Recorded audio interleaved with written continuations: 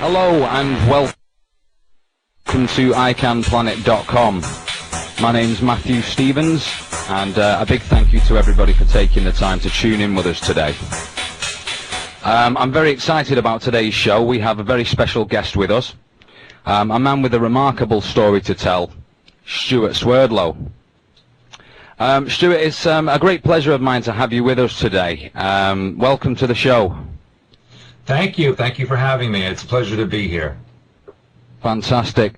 Now, I know that a lot of our listeners will probably be quite familiar with some of your works, and obviously with the history, the journey so far, we could say. But for those that are obviously new to your work, could we go back in time a little bit, perhaps right to the beginning, perhaps to your birth, Stewart, and kind of go into the how that led you further into the Montauk project, because I know that from birth things weren't exactly what you would call natural, to speak. Is that okay, me using that context? Well, that's putting it mildly, but I'll do better than that. I'll go back even further in time to tell you why it happened in the first place. That'd be fantastic, yeah. And in order to explain that, I need to let the audience know, and I'm sure many of them already do, that my great-uncle was the first president of the Soviet Union. His name was Swerdlow. And in fact, he was the roommate of Stalin in the Gulag before the takeover. Mm-hmm. And my great-uncle was the one who ordered the assassination of the Tsar and his family in Yekaterinburg in the Ural Mountains of Russia. And in honor of that command and the success of it, they renamed that city Sverdlovsk after my great-uncle. And so because of that, there was a lot of political intrigue in my family. My grandfather, who was Yakov's brother, was sent to first Britain and then to the United States in order to form the Communist Party and to entice people back to the workers' paradise of the Soviet Union. Mm-hmm. And my grandmother was a Soviet spy in World War II, but of course the audience may remember that at that time the U.S. and Britain and the Soviet Union were actually on the same side against the Nazis. And so because of that background, my family here in the United States was very much monitored because of loyalty issues, of course, especially during the Cold War and subsequently. And so because of that, during the early 50s, during the Korean War, my father was taken into an underground area of El Paso, Texas, where he was working for military projects, kept so secret even today he won't talk about them. And when I was born, again, a very interesting story. When my mother went into labor with me, it was determined that she had no birth canal. And so therefore, they told her it was impossible for me to have been conceived. And so they had to perform surgery to create a birth canal and then literally pull me out of the womb so that I could be born. I see. And that, very odd story. And in fact, it was written up in the medical books because it was so odd. Interestingly, she was taken to an area of a hospital that was not even opened for business yet. There was not even heat at that time of the year. And it just happened, and I put that in quotes, to be a doctor from Texas who was expert in performing such surgeries. And if it wasn't for him, I would not have been born at all. I see. And so, of course, my whole life I was monitored, and my family was monitored by the United States government. And because of that, I was used in the Montauk Project from 1970 to 1983. Why was I chosen specifically? Because they were looking for someone with a particular range of genetics and mind pattern and energy field, and I was a convenience. I see. It's amazing to hear this story, Stewart. It really is an eye-opener, especially for those coming to this alternative research movement, who are quite fresh to this information. You see, I mean, I know you've been telling your story for some time now, and obviously nowadays you're using your expertise as what you would call a hyperspace intuitive to help heal other people with mind control programming. Is this correct? Yeah. Yes, well, it was a very long road because at Montauk, a lot of the abilities, exercises were used for very negative purposes, as you well know. Yeah. And so it was during a very long deprogramming process after that project ended. And then, of course, mostly my whole life up until that point, I didn't know anything else. I had no idea how to, work in society, how to interact with people. Quite honestly, it was like coming like being an alien on another world. I had no concept of what human civilization was like. And so the only thing that I could do was go, of course, through a program of deprogramming myself, and then to help others do the same thing, which is how I came to do my hyperspace work now. I see. Stewart, if we can go back to the what you're calling an immaculate conception. Clearly, that was an incredible event, in you being conceived. I take it that was not. It wasn't the natural way you were conceived, as in, that you said that it was an impossibility that your mother could have been impregnated through sexual contact. That implies. Obviously, another means of insemination, we could say. Could you kind of go through the motions of specifically what that could have been, what could have brought you about? Well, I laugh a little bit when I hear immaculate conception because, certainly my life has not been exemplary of such a person. But what I was told years later during the deprogramming process was that I was actually created in vitro and implanted in my mother's womb, even back in those days. That procedure, that type of procedure, was not common or publicly acknowledged until maybe the late 60s or the 70s. And of course, I was born in 1956. Of course, I do look much younger, but the government, the powers that be, whatever you want to call them, they have technology that they use, which is literally hundreds, if not thousands of years ahead of what they finally filter down to the public. Yeah. So that what we have now, as far as technology, the government had decades ago. I see. And so basically, just think of in vitro fertilization, and that was how I was created. Okay. Would you say then you are part of a hybridization program and have been since birth? That's what I have been told, correct. Apparently, they used the genetics of my parents, and they also mixed in other genetics. I have written about this in my autobiography, Montauk Alien Connection, where I describe the various components that were made up into my genetics. Of course, I cannot verify that or prove that to you or anyone, but This is what I have been told. And of course, my body itself is different because medical doctors over the years have told me that I have anomalous conditions in my body. For example, I have a different number of teeth in my jaw than a standard human being. I also have a skull size that is different than other human beings. I have an extra vertebrae in my neck. My lower spine and hip bones come together differently than a normal human being, and my body temperature is much lower than an average person. So there are various anomalies in my body that are proof physically that I'm not the same as the standard person.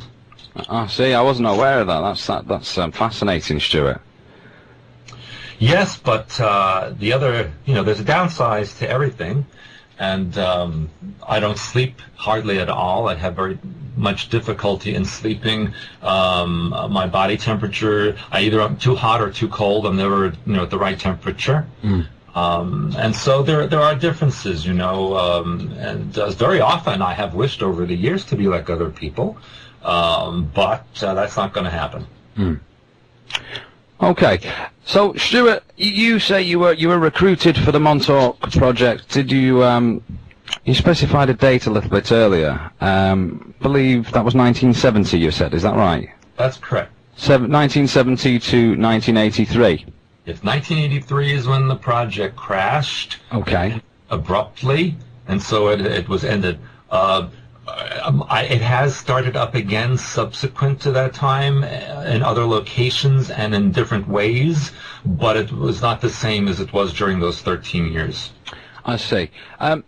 Stewart, could you tell us a little bit about the role you played in the 13 years at Montauk, and then lead maybe into how the project itself crashed and how you managed to detach yourself from the operation? Okay, it's a big story. I will tell you, though, Montauk Base itself had already been established actually back in 1799, which was commissioned by George Washington when he built this underground area, a very small one, I will say, at Montauk Point, which is at the very eastern end of Long Island, where it juts out into the Atlantic Ocean. And he did this along with a light tower,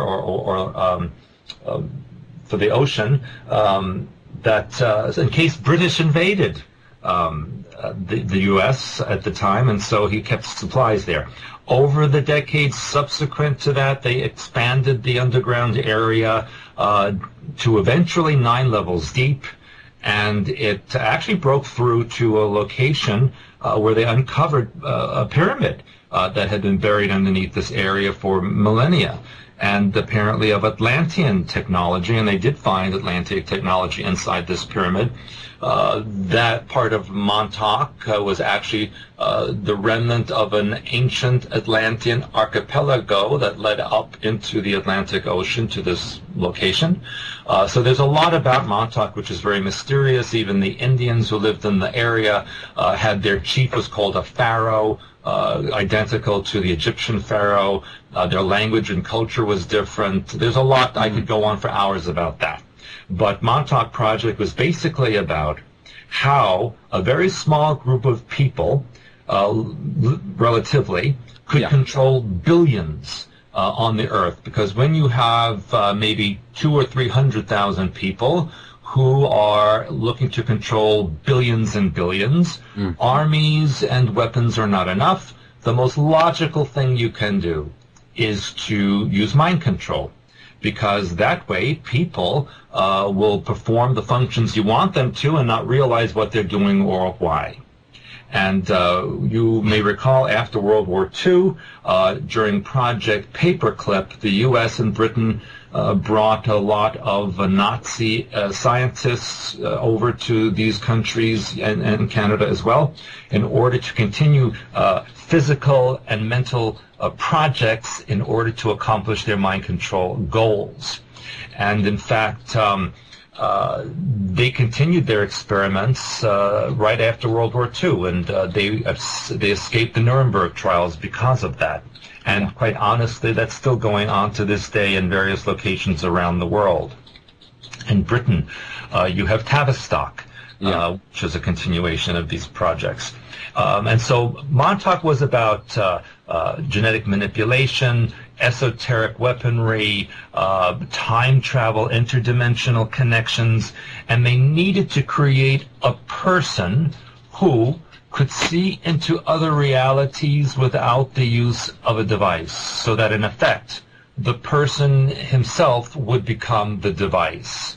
And of course they did have technology which was developed in Germany, as well as alien technology that had been exchanged or captured at various points during the previous decades that were used. And during my time at Montauk, and I got there when I was 13 years old, or 13 and a half years old, there were at times that I witnessed personally alien beings that were there. Not many different kinds, but there were various kinds that existed, and there were also scientists who spoke only German.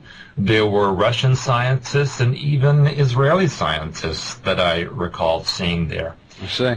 And I was used initially for energetic purposes. In other words, they had a psychic. You may have heard about him. He was named Duncan Cameron. He was the lead psychic that was used on this, what they called the Montauk chair, which was technology from Sirius A.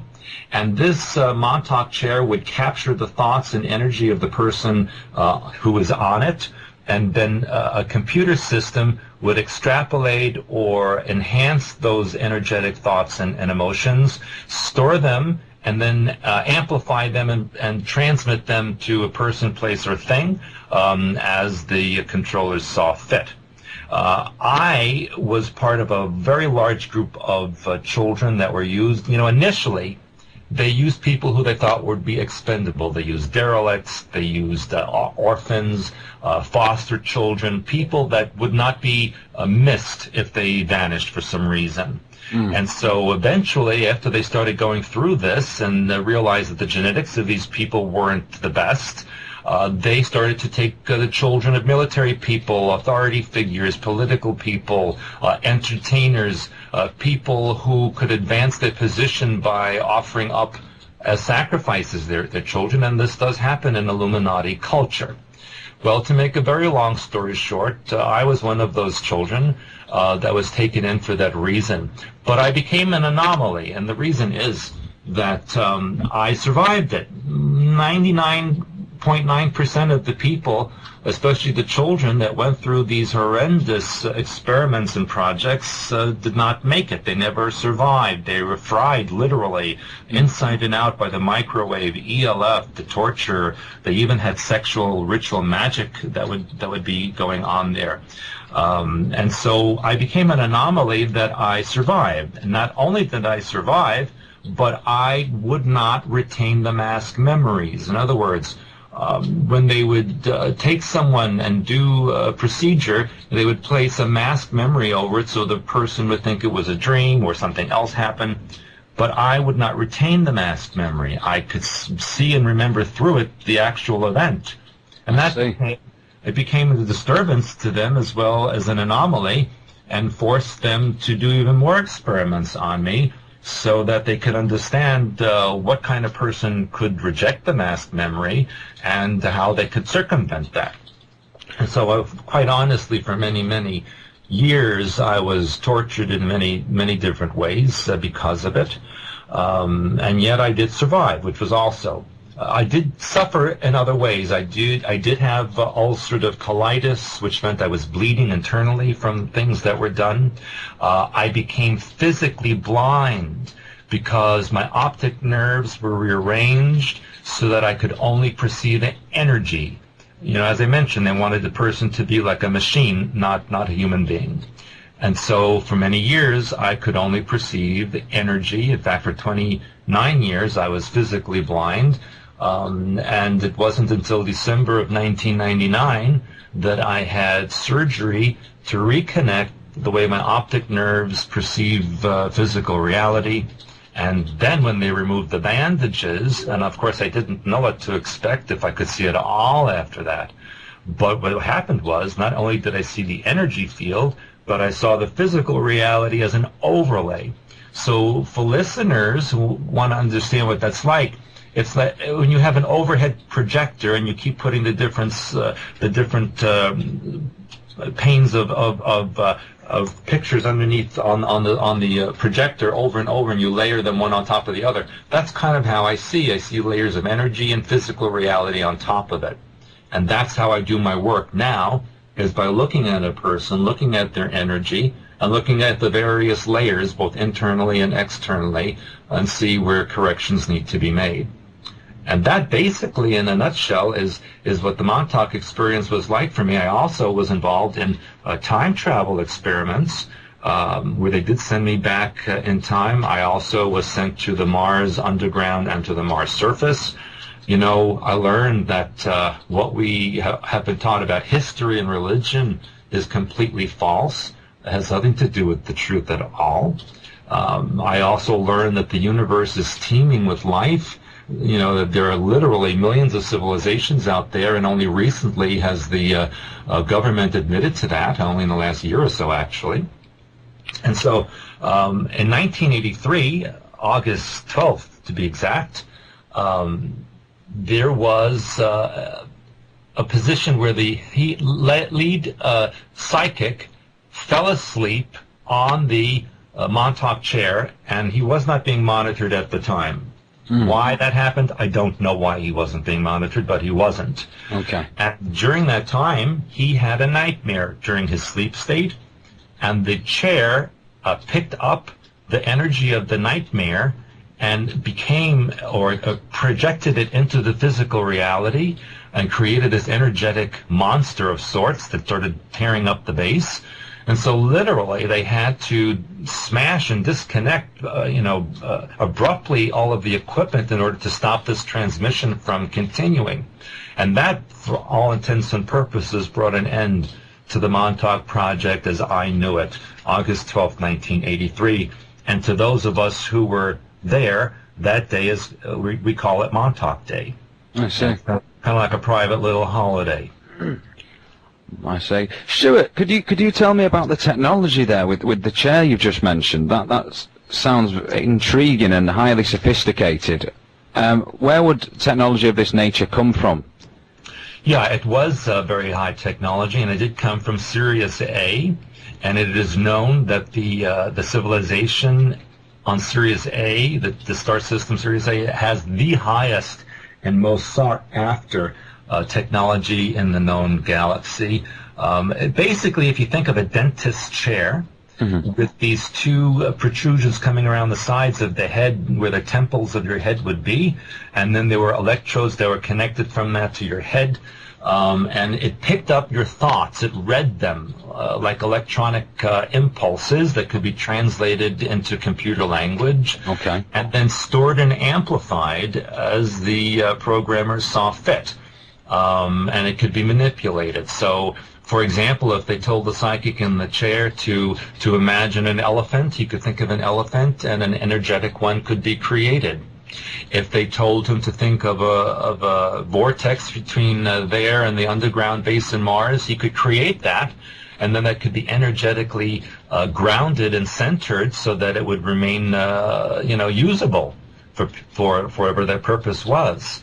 The technology went by thought transmission. There was a way to actually imprint your thoughts, which were electromagnetic in nature, and translate that into computer programming that could then be enhanced and amplified and transmitted. So the amplifications, the projections themselves, actually manifested into physical reality. Is that what you're saying, Stewart? Yes, at first energetically. In other words, it was like a preliminary energetic outline or foundation of whatever it is they wanted to create. Okay. Also learned that by reducing the frequency vibration of that projection, it would become solid. I see. Very much like, in the Star Trek program on television, they had those computers that would create food or whatever it is they needed to manufacture. They could create it. It's very much like that. I see. I mean, it sounds very much like that. It's fascinating stuff. Can we go back to the Mars base? You mentioned that obviously this computer projected a wormhole. Would you call it a wormhole, Stewart, that you would enter and time travel to the base of Mars through? Is that correct? Yeah. Well, the terminology was there was a difference between a wormhole and a vortex. Okay. A wormhole was a shortcut between 2 points within the same reality. Right. A vortex was a connection between two different realities. Right. So that was very specific in the project about what was being created. So between here and Mars would be a wormhole because it's the same reality. However, if they wanted to create a connection between here and Mars 10,000 years ago, that would be a vortex. And they could do that with this technology? Yes, because every point in time and space is unique. There are no 2 points in existence that have exactly the same vibrational rate. So if you know where you want to go and you know what the vibrational rate of that point is and you match it, then whatever it is you're matching it to will be instantly transmitted. Gosh. Okay, so how would you determine the locations in terms of the signature vibrations? Is this trial and error, or do they have basically an overlook of the multi-dimensions of many realities. Well, that's where the expendable people came in, quite frankly, because in the beginning was hit and miss. You know, the alien technology, and I should say some of the civilizations they had interacted with, did give them coordinates to some places. But of course, as you would expect, the government is never satisfied with what they have, and they want to find other places to go. And so basically they would figure out a coordinate or estimate something and send a derelict through it and see if he got there. And that person who was sent would have a transmitter on them or a connector or a grounder that they could tap into. Some people wound up in solid rock. Some people wound up in deep space. Some people wound up at the bottom of a volcano. There was everything you can imagine for years that happened until they finally, fine-tuned their coordinates, and then they kind of knew where it was. And then what they would do is they would anchor that location with a device, again, of alien nature, that they could hook into all the time. So there'd be a constant link between point A and point B once they established the coordinates. Yeah, okay. The beings that you encountered at the Montauk Project, can you tell us a little bit about the different beings, different species perhaps, and just give us kind of an outline of the mentality that you would be dealing with, because clearly there's no morality in any of these type of beings that would be, waging this type of stuff upon humanity, Stewart, Well, I understand what you're saying, but from their perspective, they were doing what they felt was right for them. I guess it's all a matter of perspective, isn't it? The history is written by the victor, not the loser. Mm-hmm. And so the beings that we saw, the ones that were most common, I imagine, were the Syrians. I'd say I saw them the most. And when I say most common, it's not like they were all over the place. I would just see them now and then. It wasn't like you would just run into them all the time. They would just be occasional incidences. But the beings from Sirius A, they were very tall, 7 to 8 feet tall, very thin, very white skin, kind of elongated head with very, very icy blue eyes, very aquiline noses, thin mouth, pointed or thin ears, and they would wear either tight skin-fitting, spacesuits, for lack of a better term, or sometimes they wear these very loose-fitting robes, depending on the situation. They were extremely intelligent. They did not speak verbally. They only spoke mentally. They claimed to have been here since the beginning of our planet's history, that they had influenced the Egyptian and Atlantean civilizations, and basically owed allegiances to no one. They were very pragmatic, and they connected to whomever they felt would get them whatever they wanted. Another group that we would connect to were the Ontarians. The Ontarians looked very human, maybe a little bit shorter than the humans generally. They may be that 5'7", 5'8". They were a very male-dominated society. Females were used only for procreation. They claimed to have been responsible for the creation of the ancient Greek civilization, and that they were the ancient gods of Greece in ancient times, according to them. They were very brutal. They were the ones who initiated a lot of the sexual magic rituals. They were very good at torturing. I never cared for them at all. They, again, very male-dominated society, even sexually. Mm. Then there were the reptilians, and there were, I'd say, several different versions that I saw of those. They were more like observers. They were involved in understanding the technology, giving ideas about what could be done with it. They were also very brutal. They claimed to be the original colonists or inhabitants of the Earth from the Draco star system. They had a hierarchy, which they said they had created most of the Asian civilizations from the Lemurian continent eons ago. Okay.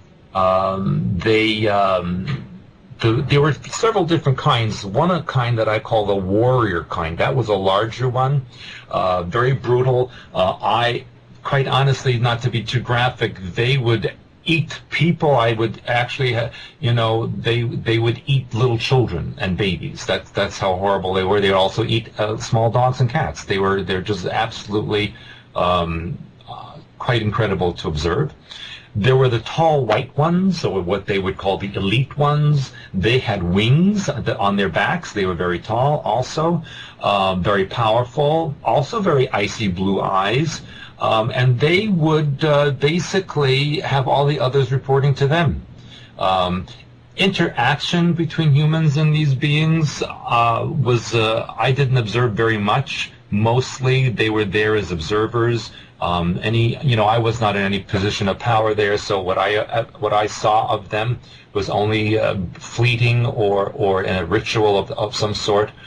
There were also occasionally the little gray alien, the typical kind, but not too many of those, because apparently the gray race, or what people call the little grays, I've heard them say they're from Zeta Reticula, etc. They really are not a real group of beings. They are manufactured creation as a slave race by the reptilians. And so they were quite controlled, mind controlled as well. Their bodies were completely manipulated. If you take the picture of a gray and you put it against the picture of a developing human fetus, you cannot tell the difference. And the reason is that most of them are fetuses grown to larger proportions and then mind controlled. And that's why they have hormonal deficiencies and digestive deficiencies, because they're basically undeveloped humans with genetics of reptilians as well. I see. There was another group that was not frequent, but I saw only a couple of times, and that was the ones claiming to be from Tau Ceti. The ones from Tau Ceti, also very human-looking, kind of stocky, kind of Slavic-looking, and they were the ones who claimed to have developed the Eastern European races. They hated the reptilians and the Greys. They said that their star system had been attacked by the Greys and reptilians, and that their children had been taken and murdered, and that they have an agenda of scouring the galaxy looking for reptilians and Greys and killing them. And so they were very, very hostile towards the other participants, if you will.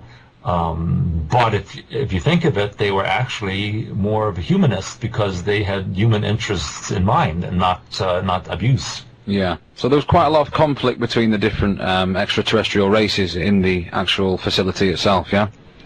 Absolutely. And bringing that up as a point, I want to say that what we learned there and what we were actually told is that the universe is quite a hostile place. It's not love, light, and peace out there, contrary to what people, especially New Age people, think. There are wars constantly going on out there in space. We have seen the remnants of it on our moon. We have seen the remnants of it on Mars, and even into deep space. They are constantly fighting against one another. There's not unity at all out there. As they say, as above, so below. The reason why there's so much conflict on Earth is because we were created by those from out there, and they put their conflicts in us. And that's what we are unfortunately experiencing. I see. Stuart, I'd like to go back again. I find it really intriguing, the fact that you've actually travelled to an underground base on the planet Mars. Did you say you've been on the surface also of the planet Mars? Yes, and I wrote about that in my autobiography, Montauk Alien Connection. Earth, Mars, planets that were created by being ejected from a star like the sun and then hardened. These kind of planets are hollow inside. Okay. When they spin in space as the molten material is ejected from the star, the centrifugal force of the spin causes the molten material inside to move towards the sides and then become ejected at polar openings that develop as the material starts to move. And then the coldness of space hardens the external part of the then spherical object. And then because of the openings, the inside is then hardened. And then this molten material that remains suspended in the middle, which acts kind of like an internal sun in the center of the planet. And so basically you have a surface world and an internal world. And in between the inner and outer mantles is this magma that's trapped between the two hardened surfaces. And there are caverns and tunnel systems that develop between the inner and outer mantle that go through the magma and mantle. And so that's what these planets are like. And in fact, it's more common to have planets like that than not. And so there are these underground areas. In fact, we learned that the inner Earth was developed way before the external Earth, because apparently the surface of the Earth in the very beginning was covered in fluid with water, and only the inside of the Earth was open and available for life to form. And that is where a lot of the artifacts that we find deep in coal mines come from, basically, not from the surface, but from the inner world. And so anyway, yes, they did establish a link between the Earth and the inside of Mars and even the surface of Mars. We learned that Mars was once a very flourishing planet, very much like the Earth. It had the remnants of human civilization on there that were from the Lyrian star system. I haven't spoken about that, but basically most of humanity in our galaxy is a remnant of the Lyrian star system that was attacked by the reptilian Dracos, and the refugees fled to other star systems to establish new worlds, and that's basically a lot of what's out there. And this information here on the galactic history, you learned this when you were actually at the Montauk facility, is that correct? That's correct, and of course that was given to us by, or I should say given to the government by their connections to alien civilizations that they had connected to way before even 1947 Roswell event. Right. And you were indoctrinated with this information. They would tell you that what they were doing was for the good of man, I believe. Man was not in a position where he could look after himself, and what they were doing was right for the civilization on Earth. Yeah? Well, basically, we were told that what we were doing was a very courageous and humanistic thing, because human beings were just, frankly, according to them, too stupid to control themselves and needed to be controlled. Otherwise, it would lead to disaster on our Earth. You know, they said human beings could not handle freedom, and that they were inner conflict within them, and that they would always fight amongst each other. And so what we were doing, helping to mind control them, was in effect helping them and saving them. Gosh, it really is outlandish, isn't it, Stewart? Yes, it is outlandish. But okay.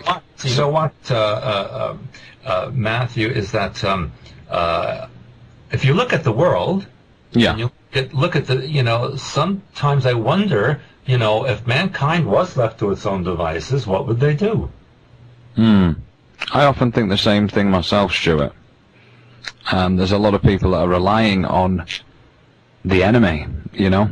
A lot of people shouting and screaming about the enemy, and really not coming with any kind of solutions for a better world if things were different, if you know what I mean, Stewart.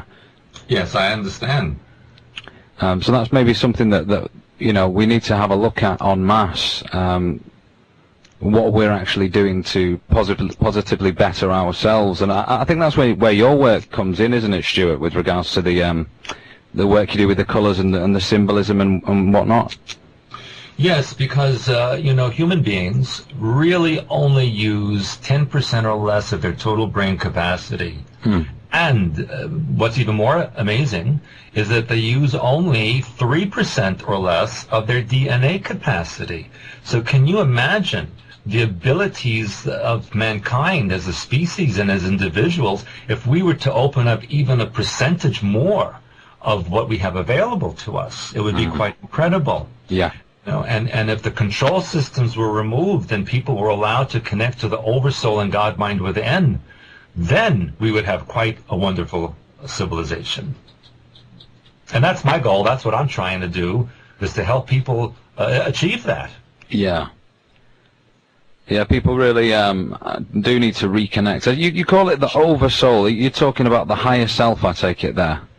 Well, again, matter of semantics. Oversoul is the umbrella consciousness of all that you are, and it has many life streams that come from it. Okay. So within those life streams are higher selves or more advanced selves that are still part of the oversoul gestalt, if you will. I see.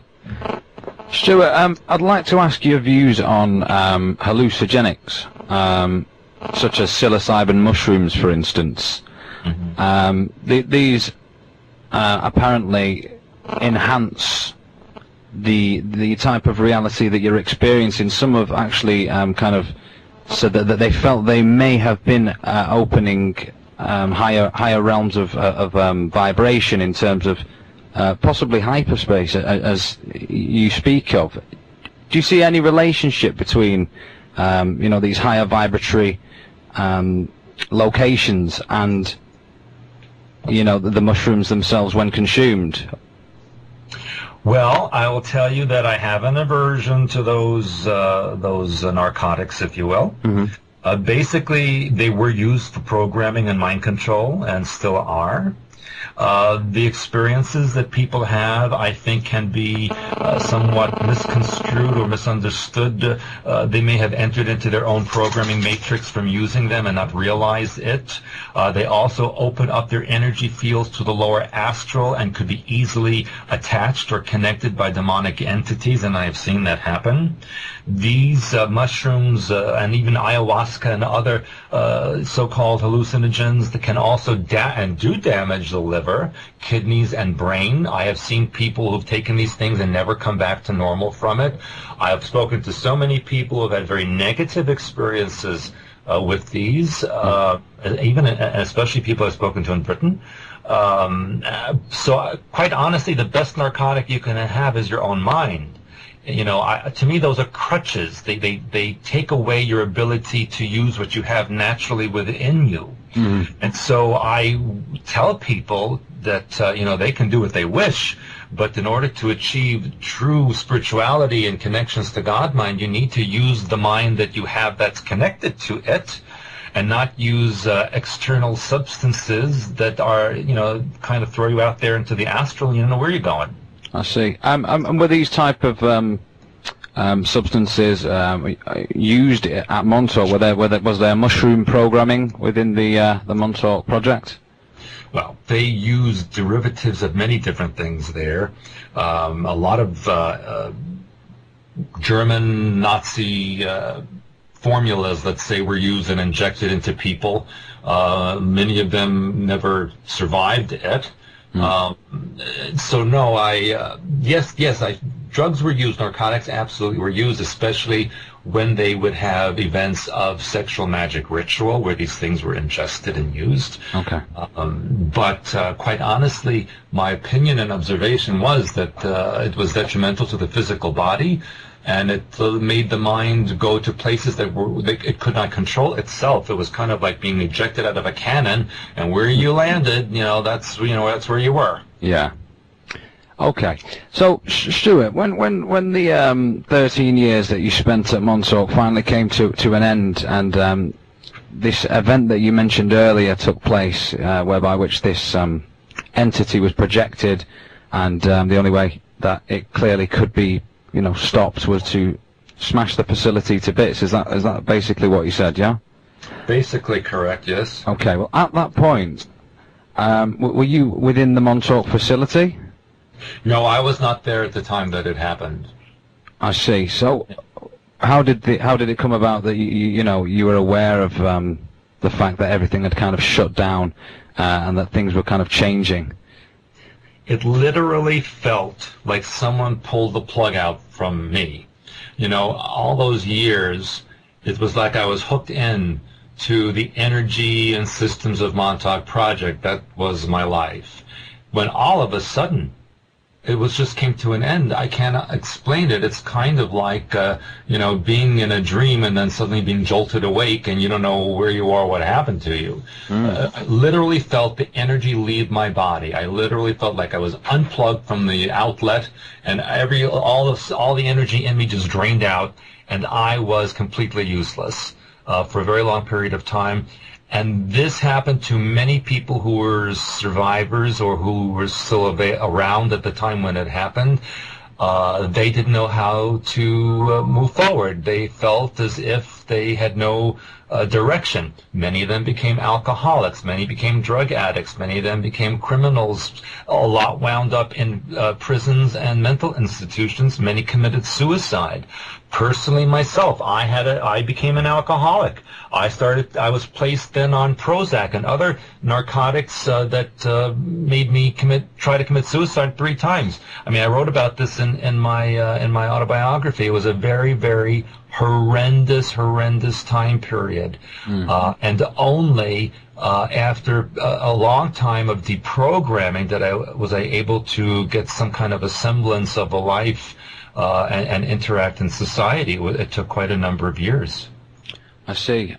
And the deprogramming process itself, Stewart, did you have others helping you to deprogram, or was it a case of your natural abilities, you started utilizing them for the positive of yourself, Well, that's a very interesting question, and I will not use the word help in deprogramming because basically, again, I have to make a very long story short. I really searched for someone to assist me in my dilemma, and unfortunately, the ones that did come to quote help me unquote, they were working for the government and basically tried to deprogram me for my own purposes, to get information that they thought I was because they figured I was going to commit suicide or die, so they tried to get everything out of me beforehand.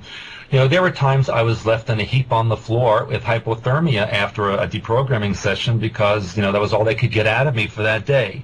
And over time, I realized no one's going to help me. That the only way I'm going to get myself back is to help myself. And so I use the techniques that I learned at Montauk, take lemons and make lemonade, and I turn them into my own brand of deprogramming techniques that did help. So in a way, I have to thank the ones who abused me and deprogrammed me for their purposes, because they showed me what not to do and how a deprogramming process could actually hurt people. So I have developed methods that are actually beneficial and keep the person in charge instead of the deprogrammer. And I teach this, and it's in my books and DVDs as well. And you can find those on your website, can't you, Stewart? Do you want to plug the website? Sure, why not? Expansions.com. We have a brand new website up, which is really amazing. We have everything you can imagine there that you would need, a one-stop shop. Please sign up for our free newsletter, which you can get right as a pop-up on the home page. It's expansions.com, and I have daily news. I have information there every single day, and a free newsletter. Okay, great stuff. Stewart, in regards to programming, I've listened to some of your previous interviews, and you mentioned there may be programming still within yourself that hasn't been opened up yet or activated, and that there may come a time where this is kind of opened up, activated. Would you be aware that had been opened up within yourself at that point, and would you have something to counteract it with in terms of your healing remedies? Yes, anybody who tells you that they are completely 100% deprogrammed is lying to you.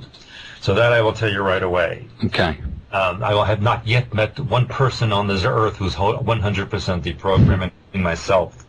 The good thing is, for me, is I have been doing my deprogramming now for over 20 years, and I got a good chunk of it out, and I know my triggers, and I know what activates me. So when I feel a trigger coming on, or I know that I'm being bombarded, I know what to do to circumvent that, to block it, etc. Now, yes, there are times when I do go over the edge, and I do go into my programming mode. But fortunately, I have my wonderful wife Janet, who says, hey, you know what, you're triggered right now and you got to do something about it, and she does help me out with that. So I'm fortunate to have someone who's also wise about it and can monitor me and watch me and see what I'm doing. Yeah. So that's a very good thing. But yes, the techniques do work when you use them. And you have to be consistent. You can't just do it once in a while. You know, it's like physical exercise. The more you do, the better the results. While mental exercise is even more important.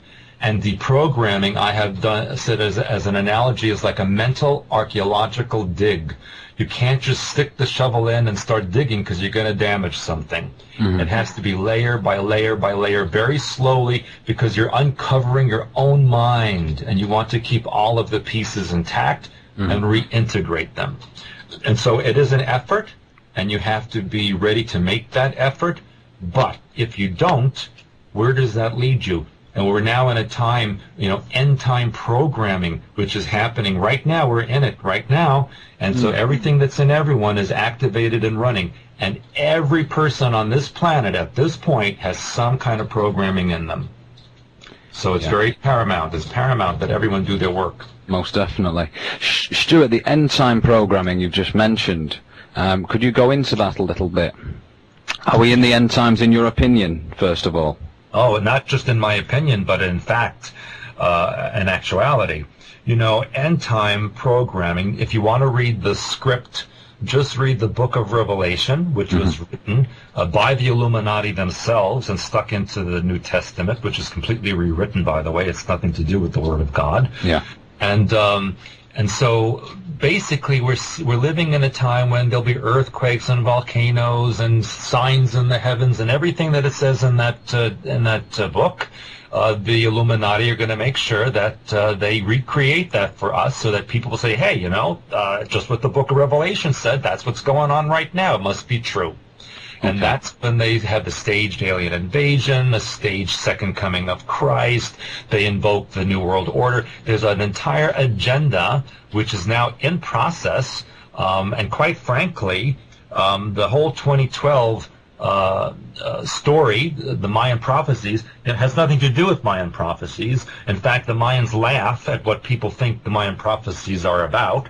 The world's not coming to an end on December 21st, 2012. In fact, the Mayan priests said on December 22nd, 2012, they'll be getting up and making their coffee and watching TV like they always do. Yeah. And they said that quite, frankly. The agenda of 2012 is about the timetable for the Illuminati, the New World Order, to have completely consolidated their hold on the earth and mankind, and move forward from there. That's what 2012 is about. Yeah. Okay. And you just mentioned about the holograms in the sky, for instance, the projections of the cross, things like that. This is all part of Project Bluebeam, I believe. Is that right? Yes, that's correct. Project Bluebeam can project holographic images into the atmosphere and even into space and onto the ground, so that you think you see something that may not really be there. This is very old technology. In fact, in 1961, a U.S. submarine tested it and surfaced off of the coast of Havana Harbor in Cuba and projected the image of the Virgin Mary over the city of Havana, in the hopes of making the new communist regime think that the second coming was on its way and they need to give up their government. Yeah. So that's how old the technology is. It's so advanced now that the images can be picked up on radar as if they were solid objects. The sound can be produced as well. And in fact, the Japanese have enhanced it so much that they can project an image into your room or into your space, and you can touch that image and it will feel real, even though it's a holographic image. Gosh. Does this tie in your opinion, with, firstly, are you aware of Benjamin Creme? I've heard it, yes. Okay, well, Benjamin Creme speaks about claims of the second Christ coming and contact with this higher being, and Me and a friend of mine, we were out having a walk one day, and we noticed what appeared to be a holographic projection, a little bit like the Batman symbol when you see, you know, this holographic bat on the wall kind of coming out from a beam of light. It was like that, but with kind of a star in the middle, a star or a cross. It was kind of warped, the inside of it, you see.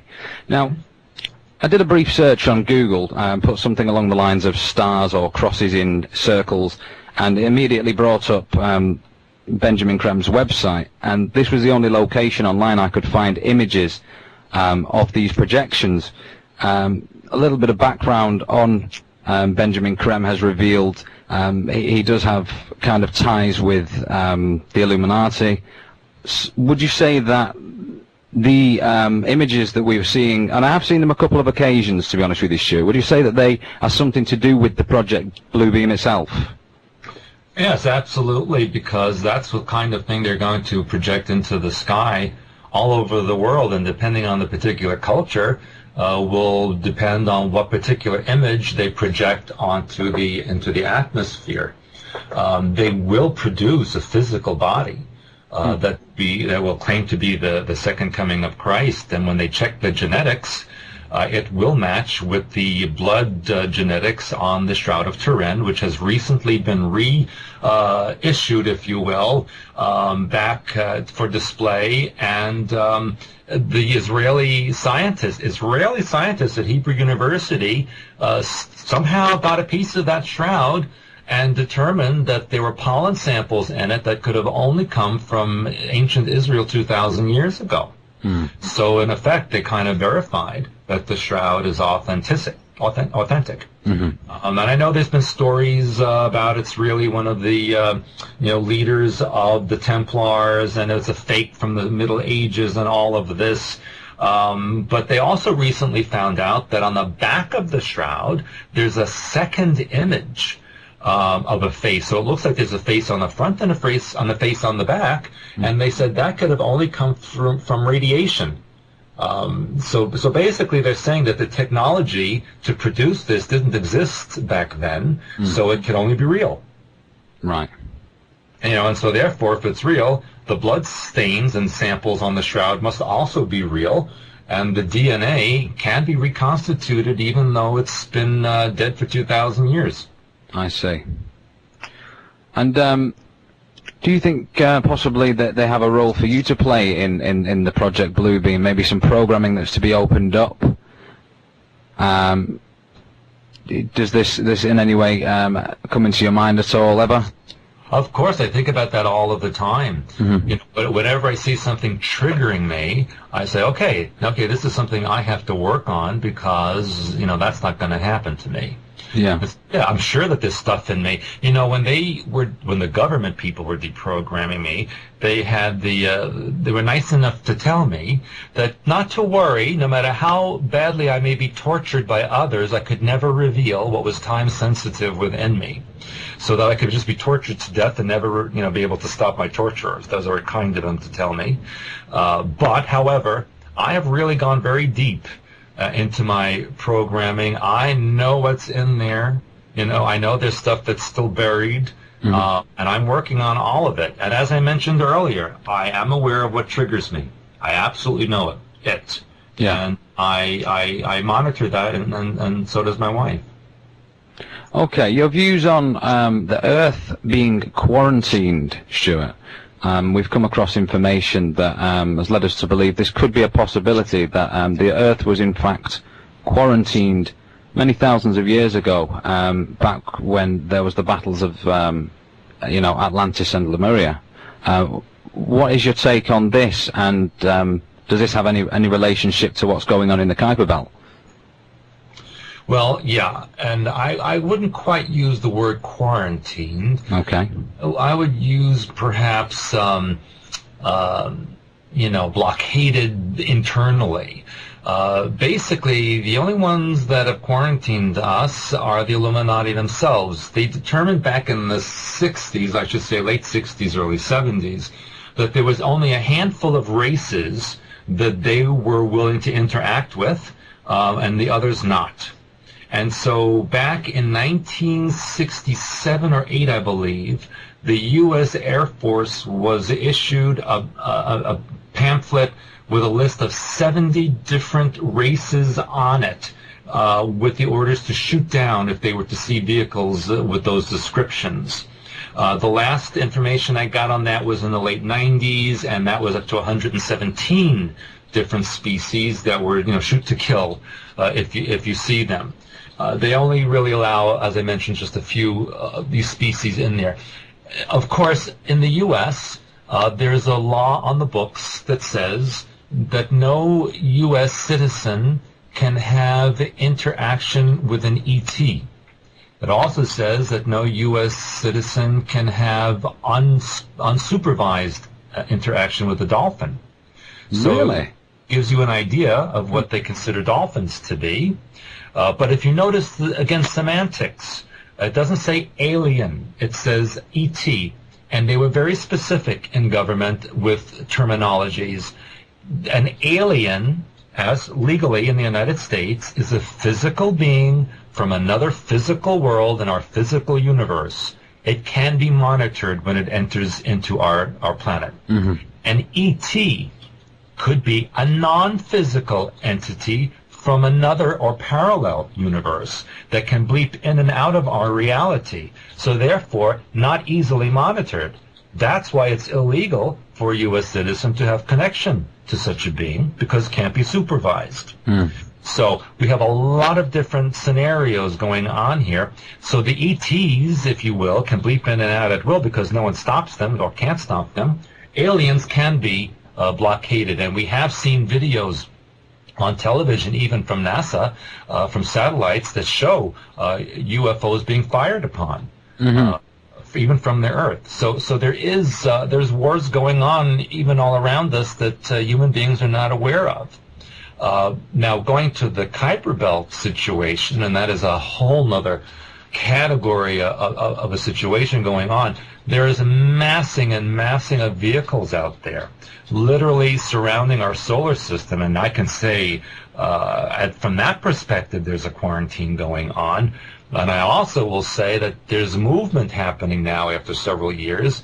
I believe that they're up to something now, and I believe that they're sabotaging a lot of what's happening on the Earth. I feel like in the last few weeks and months, certain things that have happened on the Earth have been directly instigated from Kuiper Belt. So that's a whole other situation going on. There are many players, if you will, mm-hmm. Taking part in this end time scenario, and it gets very complicated. I see. Stewart, you talk about a download also of a night between, was it the hours of 3 o'clock and 5 o'clock a.m., is that correct?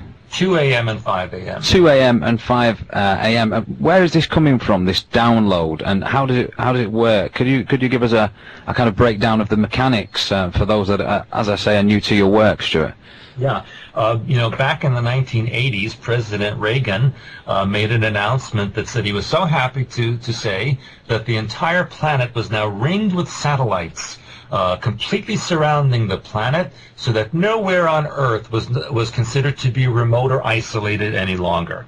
Mm. What he failed to say was that the reason the satellites were ringing the Earth was so that they could monitor the movement of every living thing on the planet, bombarded with ELF and microwave pulses, and transmit mind control waves. And so that's what's going on the planet right now.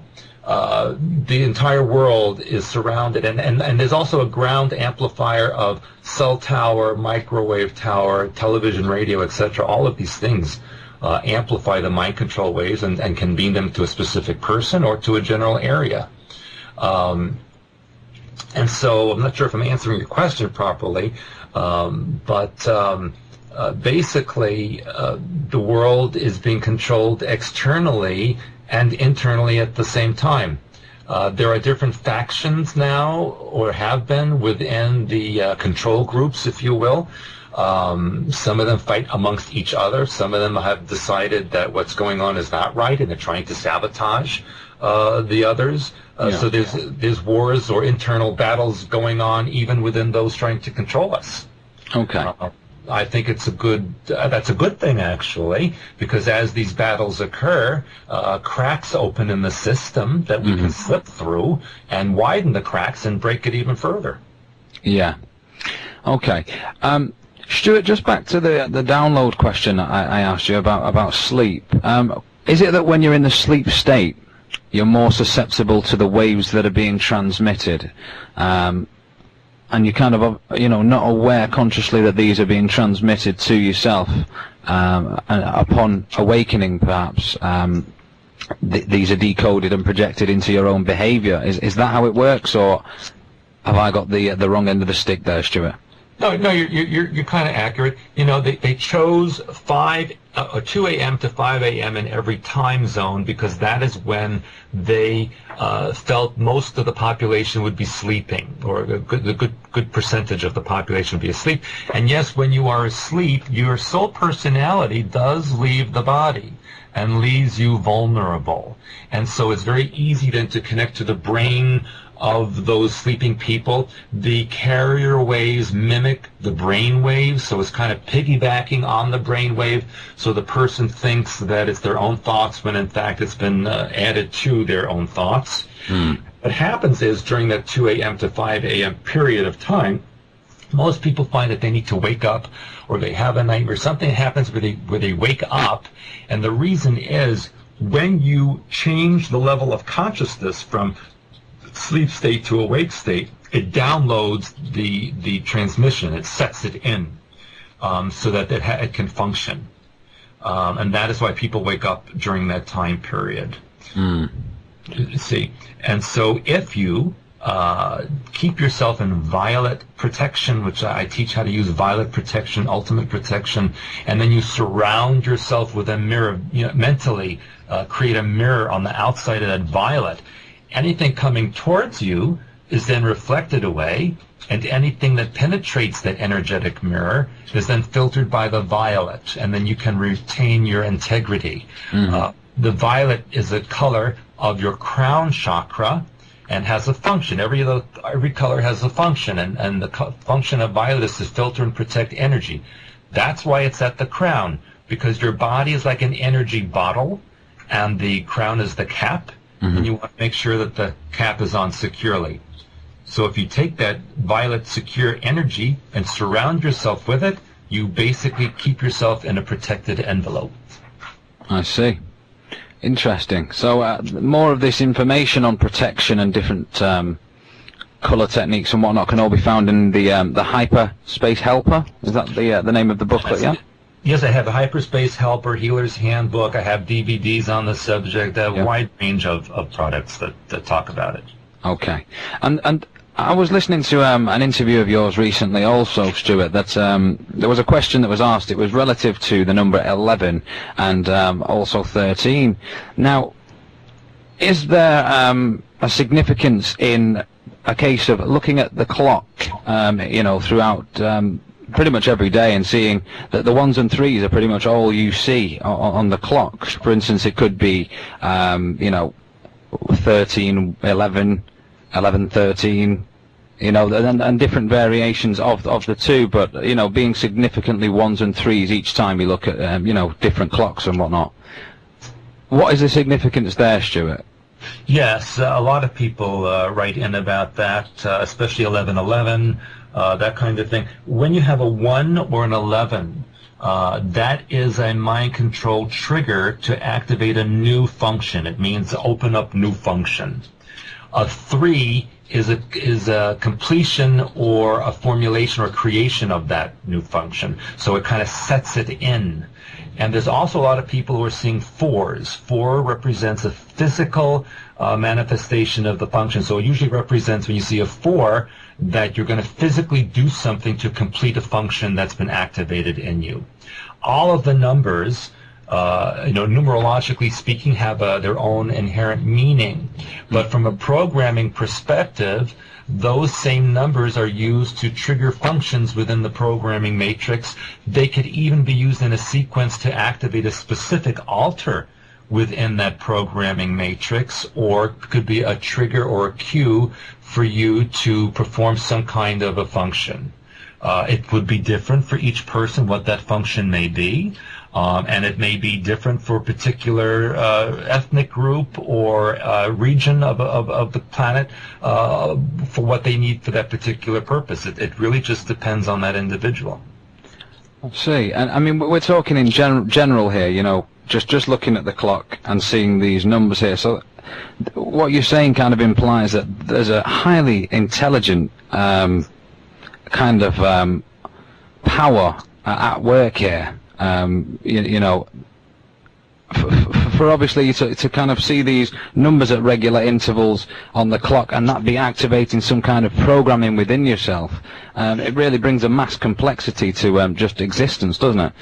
Yes, you know, remember that programming, although relatively new to our planet, you know, relatively speaking, it's ancient. You know, there's an estimate that some of the programming techniques are almost 1 billion years old. There are civilizations out there that are 1 billion years old. So you can imagine how they have developed this. Your programming, the people that have programming in their mind patterns, there is a program within it, a subroutine, that makes you become aware of those numbers at specific times. Right. Even when you are asleep, you are aware, you are conscious. Many people have a sleep alter. You might see people who sleep when their eyes are a little bit open, and it looks like they're awake, but they're really not awake. Mm-hmm. That's a sleep alter. And many of us have that, especially people who are specifically programmed. And so as a way of enhancing the programming, you're programmed to be aware of the clock and the numbers and look at them when they're a certain time so that it keeps the programming active.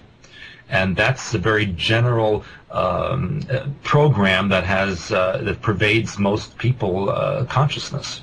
I mean, that gives me that's a bit of a better explanation for me personally there. Thank you for that, Stewart. It makes a little bit more sense. Hearing it on the last interview, I couldn't quite grasp what you know the concepts of the programming behind the numbers. But thank you for that. You're welcome.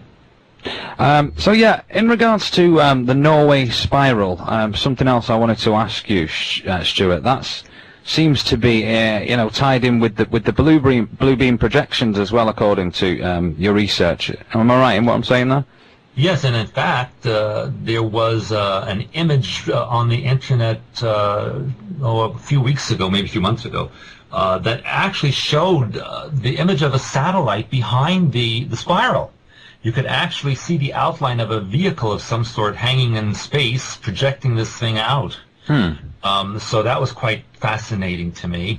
And it was shortly, I believe, right after that those images appeared over the Kremlin in Moscow, right, of these vehicles that were hanging over there. Now, supposedly, next week, or very shortly, there's going to be a repeat over Moscow of UFOs that will be visually seen by people in broad daylight, supposedly. Mm-hmm. Now, this will be followed, apparently, the following week by the same kind of display over London. So this is supposed to be their way of letting people know that aliens exist and bringing the staged alien invasion to the forefront, etc. And we're seeing more and more of this happening all over the world. And where is that information coming from, Stewart? Information for what now? You just said supposedly this will be happening in the near future. What's your source for that information? Well, there is a person who is stating that he has inside information that the government is being forced to reveal this type of information to the public. Mm-hmm. And so to make sure the government does this, they are creating images of UFOs over those two major cities. And then there'll be images over other cities globally that could not be denied of what they are. Very much like we saw last summer in China, where these UFOs literally closed an airport and weren't able to, aircraft wasn't able to take off. So we're going to see more and more of this as the alien information is being imprinted into the public. They want people to now be aware of it, to believe that aliens exist, but they also want them to believe that aliens could attack us. They need people to believe that there will be an alien invasion, that we are in danger. In that way, force all nations to come together under one global government to fight this enemy that we can't see. Okay. And then what is the agenda from there? Once the Project Bluebeam has commenced, and you know, the invasion, the falsified invasion, the, you know, simulation has gone forward and whatnot. What is their intention for humanity in regards to, say, 2013, 2014 onwards? I mean, you've highlighted that they're trying to kind of turn humanity into almost a cyborg culture. But what is the what is the agenda for mankind in terms of his functions, in their opinion and their vision? Well, to complete the agenda, they will have a savior race come to vanquish these evil aliens who are attacking the Earth. This savior race will then be revealed to be reptilian, who will say that they are actually our ancestors and show us that we ourselves have reptilian DNA and we're part of them. Then that will be followed up by the second coming of Christ, who will proclaim the New World Order as his new holy empire and impose a new world religion, which everyone must believe in. And then everyone will be given a function. You know, depending on their programming, their genetics, etc., every single person will have a function from which they cannot deviate, and the world will basically be, you know, a huge slave race where no one asks any questions. You believe in one religion. You have the government. You have the aliens who are controllers. They are our mommy and daddy who created us, and so they have to be benevolent. And so that's what we'll have, a society of Borgs, if you will, each one performing their function, no deviation, no questioning. You know, CNN tells you, you know, X, Y, and Z, and then that's the truth to you, and that's the end of the story. And it's kind of like that now.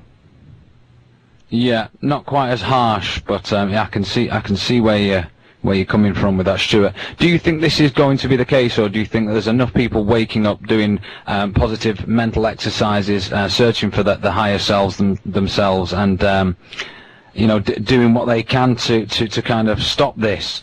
What's your opinion on what's to come? Do you think that it's kind of going to sway that way in regards to their agenda, or do you think that humanity is strong enough to break through this and reclaim our souls, you know?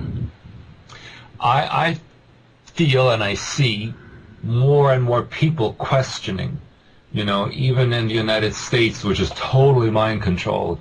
I can see people saying, hey, you know, that just doesn't seem right. For example, you know, when the TSA and the airports were telling you to go into these radiation generating X-ray machines or be groped. You know, people were complaining about that. So I was like, oh, good. You know, someone's saying no. Of course, didn't change anything, but at least people were saying they don't like it. I do feel one thing the Illuminati did not take into consideration, and that is when people are really, really pushed against the wall, they're going to push back. Yeah. You know? And they may not know why or what the result will be, but they're not going to just sit there and take it. So that's the positive thing I see happening. It's not you know, happening a lot, but it's starting to happen. And I really think, quite honestly, with Kuiper Belt interference and other interference that's going to be happening on this planet, that people will really say, you know, they don't believe what they're being told. And so, yes, I do think there's hope. I think that things will not work out the way the Illuminati wish them to work out. I think that they are basically going to be vanquished from the Earth eventually. And then mankind will have to start all over again, claiming who and what they are. But yes, I do feel there's hope, and I do feel that things will change ultimately. Maybe not next week or next year, but eventually people will start to not take the imposition of the harsh conditions. Yeah. Well, that's why we're doing the work we're doing, and I think it's fantastic what you're doing, Stewart, also. Thank you. You know, there's a lot of information on your site also for the listeners, expansions.com, various different articles on all types of subject matter relating to what we've talked about today. So check that out. Also, have a look at Stewart's books. I recommend you getting all of them, reading through them, so you have an in-depth knowledge of Stewart's experiences. Have a look at his work there. Get into it. Start freeing your minds, because the television's no good. The media's lying to you, and it's about time people seriously woke up a little bit. Don't you agree, Stewart? Absolutely. Sometimes in order to wake up, you got to smack them around a little bit. Yeah. Well, I think that's about all we've got time for today. Stewart, a major thanks for coming on the show. It's been fantastic. Thank you, Matthew, and I appreciate you very much. And I do hope we can speak again soon, Stewart. Thank you. I look forward to that.